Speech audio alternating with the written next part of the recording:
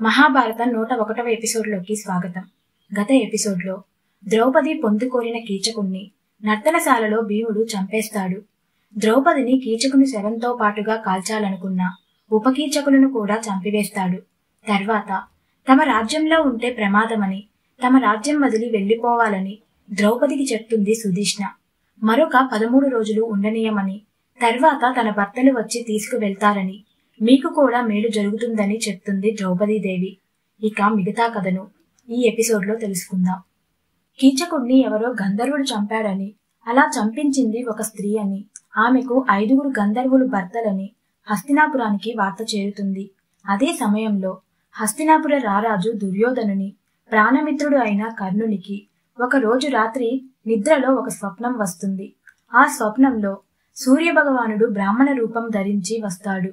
అతడిని చూసి సంభ్రమాశ్చర్యాలకు గురి అయ్యి తరువాత చేతులు జోడించి నమస్కరించాడు కర్ణుడు. సూర్యునికి తెలుసు, ఈ కర్ణుడు తన వరం వలన కుంతీదేవి గర్భమున జన్మించిన వాడని. అందుకే అతడిని ఎంతో ప్రేమతో చూసి, కర్ణ, నీ గురించి విన్నాను. నీవు ఎవరు ఏది అడిగినా కాదనకుండా దానం ఇచ్చే దీక్షను తీసుకున్నావని. ఇది ఎంతో గొప్ప విషయం, లోకంలోనే ఉదాత్తమైన దీక్ష. నీ దానగుణం గురించి, ధర్మగుణం గురించి లోకమంతా చెప్పుకుంటున్నారు, పొగుడుతూ ఉన్నారు. ఇవి అన్నీ వింటున్న నాకు ఎంతో ఆనందం కలుగుతూ ఉంటుంది. నీలాంటి వారు చిరకాలం వర్ధిల్లాలి. కర్ణ, మరో విషయం, నీకు పాండవ మధ్యముడైన అర్జునుడిని గెలవాలని ఉందని కూడా నాకు తెలుసు. అర్జునుడితో పోరాడవలసి వచ్చినప్పుడు నీకున్న ఈ సహజ కవచకుండలాలు నీకు ఎంతో ఉపయోగపడతాయి. అవి ఉన్నంత వరకు అర్జునుడు నిన్ను ఏమీ చేయలేడు. కానీ కర్ణ, నిన్ను గెలిపించగల ఈ కవచకుండలాలను మోసంతో ఎత్తుకు వెళ్లడానికి ఇంద్రుడు వస్తున్నాడు. అతడు ఒక వృద్ధ బ్రాహ్మణ రూపంతో వస్తాడు. నీవు చాలా జాగ్రత్తగా ఉండాలి. నీ ప్రాణాలను నీవు రక్షించుకోవాలంటే నీ కవచకుండలాలను తప్పక కాపాడుకుని తీరాలి అని చెప్పాడు. అందుకు కర్ణుడు, మీరు బ్రాహ్మణ రూపంలో ఉన్న ఎవరో గొప్ప మహాత్మునిలా వెలుగుతున్నారు. నా పైన ఇంత ఆదరణ భావనతోనూ కరుణతోనూ మాటలు చెప్తున్నారు. మీరు ఎవరు అని అడిగాడు. నాయనా కర్ణ, నేను సూర్యుడిని. నీ దానగుణం చూసి నిన్ను జాగ్రత్త చేయటానికి వచ్చాను. నా మాటను నమ్మి పాటించు, నీకు మంచి జరుగుతుంది అని అన్నాడు సూర్యుడు. దానికి కర్ణుడు ఆయనను ఎంతో భక్తితో పూజించి, మహానుభావ సూర్యదేవ, నీవే వచ్చి నాకు ఇలా చెప్పడం వల్ల నా జన్మ పవిత్రమైంది. నా మేలు కోరి వచ్చిన మీకు నా శతకోటి ప్రణామాలు. కానీ దేవా, నేను అడిగిన వారు ఎవరైనా ఏదైనా ఏ సమయమైనా కాదనకుండా దానం చేస్తాను అని వ్రతం పట్టాను. నీ సూచన వల్ల దానిని ఎలా మార్చుకోగలను? అలా మార్చుకుంటే కర్ణుడి కీర్తికి మచ్చ కదా. నన్ను అలా చేయమని కోరకండి. దేవేంద్రుడు పాండవులకు నా వల్ల అపాయం కలగకూడదని వచ్చి నన్ను దానం అడిగాడే అనుకోండి. అంతటి దేవేంద్రుడే అలా దిగజారి అడిగాక నేను నా ప్రాణాన్ని అయినా వెంటనే ఇచ్చేస్తాను. దానితో నా కీర్తి పెరుగుతుంది అని అన్నాడు. అందుకు సూర్యుడు, కర్ణ, దేవేంద్రుడు అర్జుని పక్షం వహించి నిన్ను ఎందుకు దానం అడుగుతాడు అనేది ఒక పెద్ద దైవ రహస్యం. ఆ దైవ రహస్యం నీకిప్పుడు తెలియదు. సమయం వచ్చినప్పుడు తెలుస్తుంది. నీ కవచకుండలాలు పోగొట్టుకుంటే మాత్రం నీవు అర్జునుడిని గెలవలేవు. అందుకని వాటిని ఎట్టి స్థితిలో కూడా దానం చేయకు అంటూ మరోమారు చెప్పాడు. దానికి కర్ణుడు భక్తితో తల వంచి, దేవా, నా తప్పును క్షమించండి. మీ మాటను కాదంటున్నందుకు నాకు ఎంతో బాధగా ఉంది. కాని నేను నా వ్రతాన్ని మాత్రం ఎట్టి స్థితిలోనూ వదలను అని అన్నాడు. సరే, ఇంద్రునికి కవచకుండలాలు తప్పకుండా ఇచ్చేట్టే అయితే అతడిని నీవు ఒక కోరికను కోరు. అతని వద్ద ఉన్న శక్తి అనే ఆయుధాన్ని ఇవ్వమను. శక్తి ఆయుధం చాలా శక్తివంతమైంది. ఒక్కసారి వదిలితే వేలాది మంది శత్రువులను చంపుతుంది అని చెప్పి దీవించి వెళ్లిపోతాడు సూర్యుడు. మెలకువ వచ్చాక అదంతా స్వప్నం అనుకుంటాడు కర్ణుడు. ఉదయం సూర్య నమస్కారం చేసేటప్పుడు సూర్యుడిని ధ్యానిస్తాడు. సూర్యుడు తిరిగి కర్ణుడి ముందు ప్రత్యక్షమవుతాడు. రాత్రి వచ్చిన స్వప్నం గురించి చెప్పి, ఇది స్వప్నమే కదా అంటూ అడుగుతాడు కర్ణుడు. దానికి సూర్యుడు నవ్వి, కాదు, అది స్వప్నం కాదు, నిజమే. నేను నిజంగానే వచ్చి నీకు అలా చెప్పాను. నేను చెప్పినట్టుగానే ఇంద్రుడు వస్తాడు, జాగ్రత్త అని వెళ్లిపోతాడు. తర్వాత కర్ణుడు ఇంద్రుడి శక్తి ఆయుధం అడగాలని మనసులో అనుకుంటూ ఉంటాడు. సూర్యుడు కర్ణునితో దైవరహస్యం ఒకటి ఉంది, అది నీకు తెలియదు అని అన్నాడు. ఆ దైవ రహస్యం ఏమిటి, దాని వెనక కథ ఏమిటి అని జనమేజయుడు వైశంపాయనుడిని అడిగాడు. అప్పుడు మహాభారత కథను చెప్తున్న వైశంపాయనుడు ఆ రహస్యం గురించి చెప్పసాగాడు. యాదవ కులరాజు సూరసేనుడు, అతని కూతురు పృథ అనే బాలికను తన మేనత్త కుమారుడైన కుంతీభోజునికి దత్తత ఇచ్చాడు. వారికి సంతానం లేనందున పృథ కుంతీభోజుని ఇంట గారాబంగా పెరిగింది. ఇంటిలోని అన్ని పనులు ఆమె నిర్వహణలోనే జరిగేవి. ఎవరైనా అతిథులు వచ్చినా, మునులు వచ్చినా, పూజలు హోమాలు ఏవైనా చేయాల్సి వచ్చినా వాటన్నింటినీ కుంతి ముందుండి ఎక్కడ ఏ పొరపాటు జరగకుండా చూసుకునేది. ఎంతో అనుకువ, ఓపిక, ప్రశాంత మనస్సు, అంకిత భావం గల అమ్మాయి అని పేరు వచ్చింది. కుంతీభోజుడి కూతురు అయ్యింది కనుకనే ఆమెను కుంతి అని కూడా పిలిచేవారు. అలా కుంతి యుక్త వయస్సు మొదటి దశలోకి అడుగుపెట్టింది.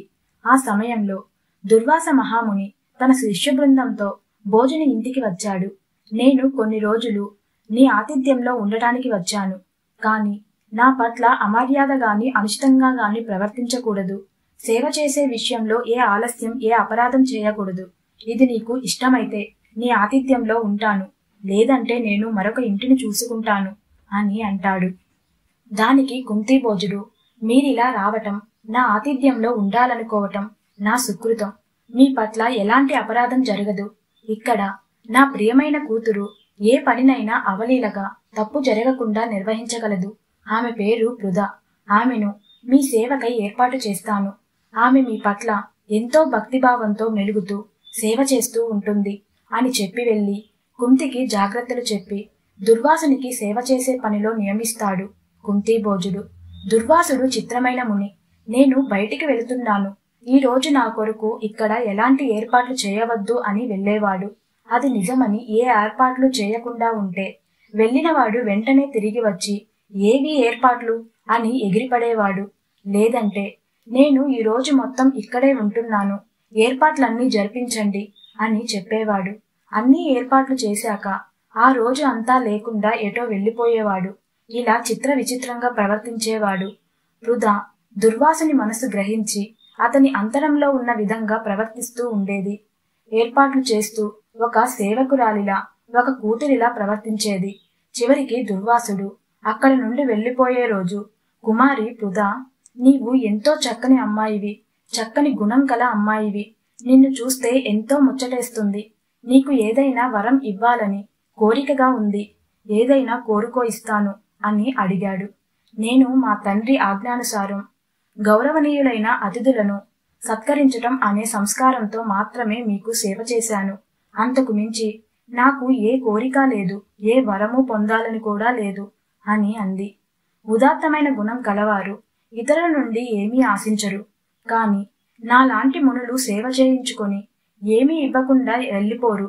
నీకు నేను అధర్వణ వేదంలోని మంత్రాన్ని ఉపదేశిస్తాను. ఆ మంత్రాన్ని గాని పఠిస్తే నీవు కోరుకున్న దేవుడు నీ ముందు ప్రత్యక్షమయ్యి సేవకునిలా నీవు కోరిన కోరికను తీరుస్తాడు అని వరం ఇచ్చి వెళ్ళిపోతాడు. తరువాత కొంతకాలం గడుస్తుంది. ఒకరోజు ఉదయం నదికి వెళుతుంది కుంతీదేవి. అక్కడ స్నానం చేసి ఒడ్డుకు వచ్చి తూర్పు వైపుకు చూస్తుంది. తూర్పు వైపున అప్పుడే సూర్యుడి వెలుగులు భూమిని తాకుతూ ఉంటాయి. ఆ ప్రవాహపు ఆవలి వైపు నుండి బంగారు కాంతితో లోకాలన్నింటికీ వెలుగును ఇస్తూ బయటికి వస్తున్న సూర్యుడిని చూసి కుంతి మనస్సు ఆనందంతో నిండిపోయింది. ఎంత వెలుగు, ఎంతటి అందం! సూర్యుని లాంటి వెలుగుల రాజు మరి ఎవరైనా ఉంటారా? ఇలాంటి వాడు తనకు కొడుకుగా పుడితే ఎంత ఆనందంగా, ఎంత గొప్పగా ఉంటుంది అని అనుకుంటుంది. వెంటనే ఆమెకు దుర్వాసుడు ఇచ్చిన మంత్రం గుర్తుకు వస్తుంది.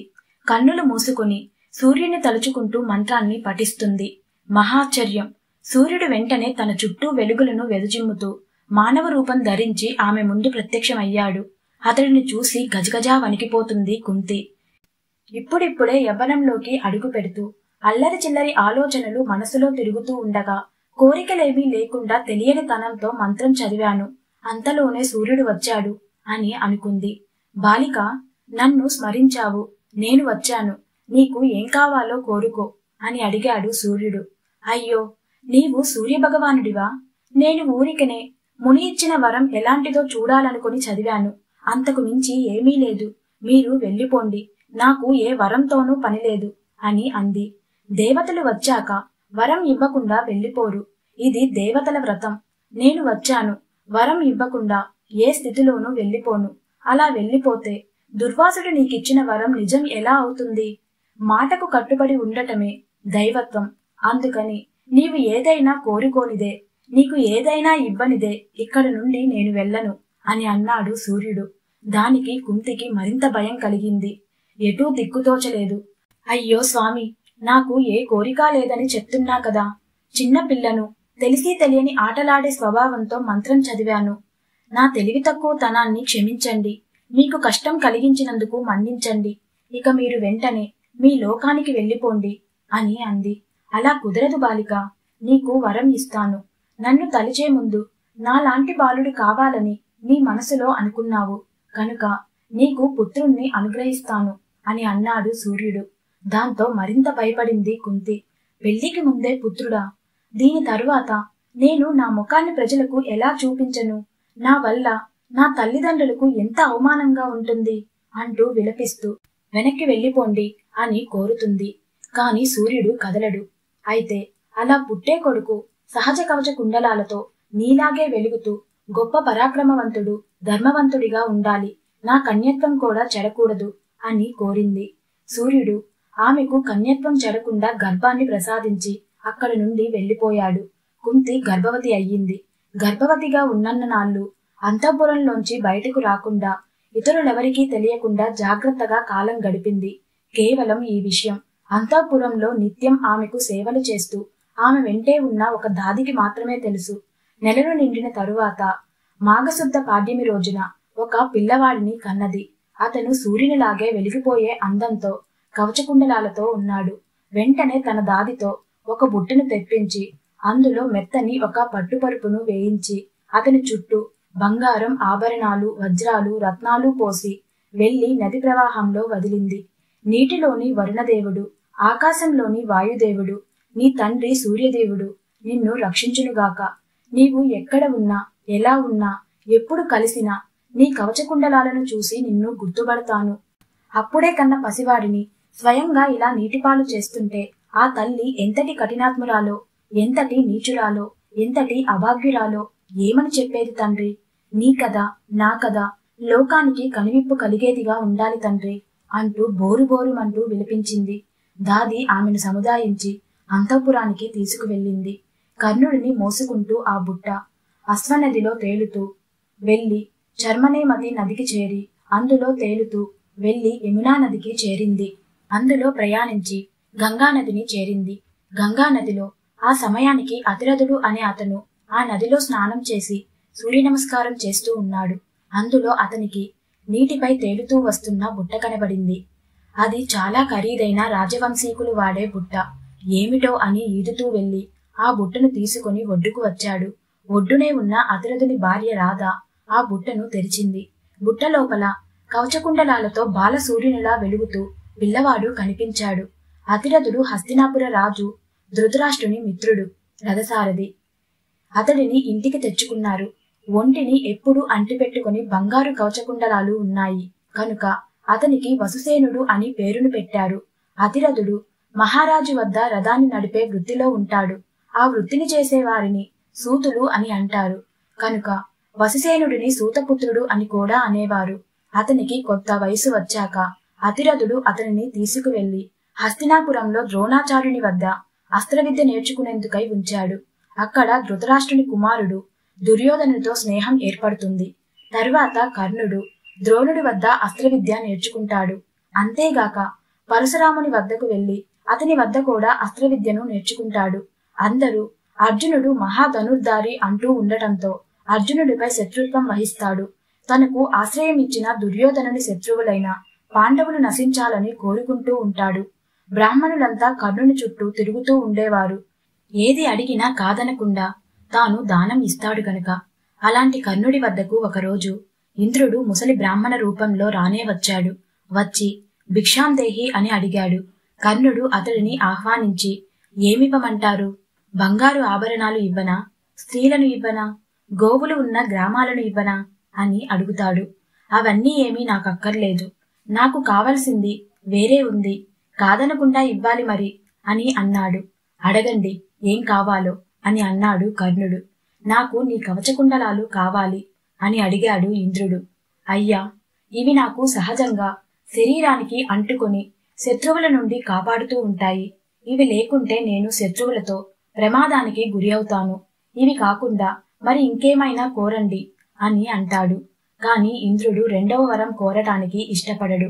అప్పుడు కర్ణుడు నవ్వి, దేవేంద్ర, నేను ముందే మిమ్ములను గుర్తించాను. మీరు దేవతలు, ఇతర జీవుల మనుగడకు కారణమయ్యేవారు. మీరు కూడా నాకు బదులు వరం ఇవ్వాలి.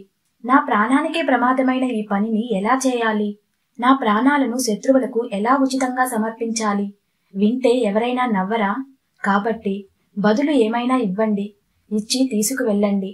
లేదంటే వీటిని నేను ఇవ్వను అని అన్నాడు. దానికి ఇంద్రుడు, నేను వచ్చే విషయం సూర్యునికి ముందే తెలుసు. అతను నీకు చెప్పి ఉంటాడు. అయినా సరే నీవు అడిగే దాంట్లో న్యాయం ఉంది. కోరుకో, నీకు ఏం కావాలో నా నుండి ఏదైనా ఇస్తాను, ఒక్క వజ్రాయుధం తప్ప. అయితే నాకు మీ వద్ద ఉన్న శక్తి అనే అమోఘమైన ఆయుధాన్ని ఇవ్వండి. అది వేలాది శత్రువులను చంపి తిరిగి నా చేతికి వస్తుంది అని కోరాడు. సరే, అలాగే ఇస్తాను. కాని నీకు ఇచ్చే ఈ ఆయుధం ఒక్కరిని మాత్రమే చంపుతుంది. తరువాత అది నా చేతికే వచ్చి తీరుతుంది అని అన్నాడు ఇంద్రుడు. సరే, అలాగే కానియండి. నాకు కూడా నా బద్ధశత్రువు ఒక్కడినే చంపాలని ఉంది. నా ప్రయాస అంతా ఆ ఒక్కడిని చంపడానికే అని అన్నాడు. ఆ ఒక్కడి వెనుక శ్రీకృష్ణుడు ఉన్నాడు. కృష్ణార్జునులు నరనారాయణులు అని అంతా పొగుడుతూ కీర్తిస్తూ ఉంటారు. అర్జునుడిని కృష్ణుడు రక్షిస్తాడు అని అన్నాడు దేవేంద్రుడు. అది కూడా చూస్తాను. ఆ శత్రువును ఎలా రక్షిస్తారో. మీ ఆయుధం ప్రధాన శత్రువునైతే చంపుతుంది కదా అని అన్నాడు కర్ణుడు. అవును, అయితే నీ వద్ద ఇతరమైన దివ్యాస్త్రాలు ఉండగా ఆపద రావడానికి ముందే ఈ అస్త్రాన్ని ప్రయోగించవద్దు. అలా చేస్తే నీపైకే వస్తుంది అని అన్నాడు ఇంద్రుడు. అలా చేయను. నాకు పెద్ద ప్రమాదం వచ్చినప్పుడే ప్రయోగిస్తాను అని అన్నాడు కర్ణుడు. అయితే ముందు నీ కవచకుండలాలు ఇవ్వు అన్నాడు ఇంద్రుడు. అప్పుడు కర్ణుడు ఒక పదునైన కత్తిని తీసుకుని తన కవచకుండలాలను బలవంతంగా కోసి చీల్చి నవ్వుతూ ఇచ్చాడు. అది ఎంతో బాధాకరమైన కఠినమైన పని. అతడి పనికి దేవతలు ఆనందించి ఆకాశం నుండి పూలవాన కురిపించి అంత కఠినమైన పనిని చేశాడు గనక అతడిని కర్ణుడు అని అన్నారు. తరువాత అవి తీసుకుని కర్ణుడికి శక్తి ఆయుధాన్ని ఇచ్చి వెళ్లిపోయాడు ఇంద్రుడు. ఈ విషయం అంతా దుర్యోధనుడికి తెలిసి, అయ్యో, మోసగించబడ్డాడే, బలహీనుడయ్యాడే అని కుంగిపోయాడు. తరువాత విరాటుని నగరంలో కీచకుని మరణించిన సంగతిని తెలియజెప్పడానికై సభను ఏర్పాటు చేసి కర్ణుడిని రమ్మని కబురు పంపించాడు దుర్యోధనుడు. ఇక మిగతా కథను నెక్స్ట్ ఎపిసోడ్లో తెలుసుకుందాం.